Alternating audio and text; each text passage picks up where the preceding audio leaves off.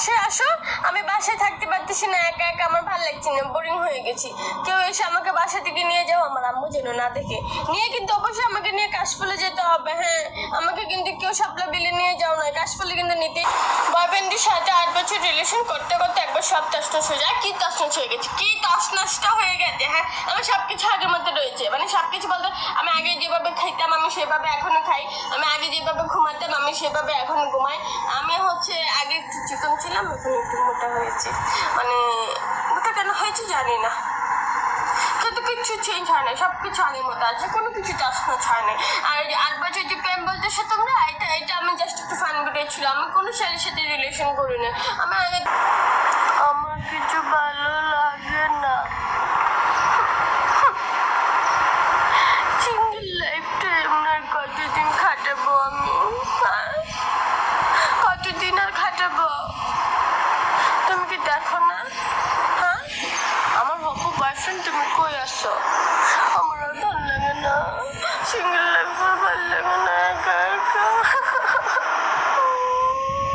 ঘটনা বুঝতে পাই না। হে ঘটনাটা হইছে বুড়া বেড়াইনের কেন এত টাকা থাকে, মানে বলতে গেলে সুগার ডেডি গো কেন এত টাকা থাকে? আর 25 বছর 20 বছরের ফলাফাইনের কেন টাকা থাকে না? ওই বেড়ারা কি করে, এই সারারা কি করে? হ্যাঁ, সারা জীবন ফ্যামিলি দিতে করতে করতে জীবনটা নষ্ট করে ফেলে, টাকা পয়সা কামাইতে পারে না, পরে গার্লফ্রেন্ড দিকে করে বুড়া বুড়া বেড়া দিকে ভাগ্যে ভাগ্যে জায়গা। আমার জীবনে গেল অন্যের আপন ভাবতে গিয়ে, আর অন্যের আপন ভাবতে গিয়ে আমার এত পরিমাণ বাস দিছে, বাস 60 টাকা দিয়ে হওয়ার কারণে আমি নিজের ভাবি না, এখন সব মানুষ ভাবি তারা ফর। আমার অর্ধেকটা জীবনে গেল অন্যের আপন ভাবতে গিয়ে, আর অন্যের আপন ভাবতে গিয়ে আমার এত পরিমাণ বাস দিছে, বাস 60 টাকা দিয়ে হওয়ার কারণে আমি নিজের ভাবি না, এখন সব মানুষ ভাবি তারা ফর। আমার অর্ধেকটা জীবন আমারে কইছে আম্মা হুনো তোমার একটা গুরুত্বপূর্ণ কথা কই। আম্মাকে কিতা কথা? আমি কইছি আম্মা আমার ওইসে করে বাড়ির দ্বারও বিয়া দিবা, খিদার লাগে বিয়া দিবা জানো?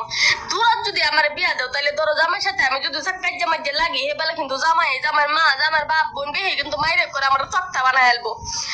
আর যদি আমার দ্বারও বিয়া দাও তাহলে কিন্তু আমরা একটু ডরাই কিন্তু আমরা মারতো না, আমারে মারতো না। আর যদি আমার মারে দৌড়ে করে বাহের বাড়িতে বাহিরে মায়ের বাইরে বোন বেহেরে লইয়া এক করে জামা 14 গোষ্ঠী উদ্ধার করে দেব। আমাকে বুদ্ধি তো ঠিক কইছস। আচ্ছা, তোর এক কাম করতে হইব, তোর বাড়ির দ্বারা বিয়া দিতে হইব। এর লেগে অন্য অন্য দূরাত দূরাত যে বেড়ানটা আসো হ্যাঁ আমার আশাবাদ দিয়া দাও, আমি দৌড়াত কোনো বিয়ে বইতাম না। বাড়ির দ্বারাও যদি কেউ থাকে দেখো তাইলে একটু মেসেজ দিতে পারো, ঠিক? সারা জীবন রিক্সায় একলা একলাই ঘুরলাম, কারণ কারে লয়ে ঘুরবো? অন্য বেটেন্ডে দেখেছেন একটা একটা বেড়া লয়ে ঘুরে, মানে হ্যাঁ বয়ফ্রেন্ড জামাই যেটাই হোক কিছু না কিছু একটা লয়ে ঘুরে।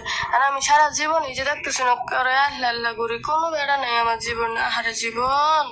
আম্মু বলে আম্মু পছন্দ একটু বিয়ে করতে, আব্বু বলে আব্বু পছন্দ একটু বিয়ে করতে, আমি বলছি আমার পছন্দ বিয়ে করবো। এখন ডিসিশন নিছি 3টে বিয়ে কইরা আর যে 3টে জামাই হইব, সে 3টা জামাইয়ের আর পছন্দের 3টে বিয়ে করবো। 6টা জামাই। এগুলো মাছ আমাকে দিয়ে দিছে, বলে আমি একা একা কাটতে। এতগুলো মাছকে একা একা কাটা সম্ভব?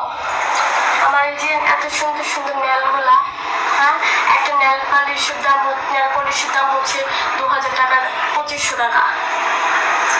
এত টাকা নেল পলিশ দিয়ে কি লাভ? মাছ কাটার পরে হচ্ছে সবগুলো উঠে যাবে, একদম নেলের ভিতরে একদম ময়লা ভরে যাবে, আমার হাতের রিংগুলো ময়লা হয়ে যাবে।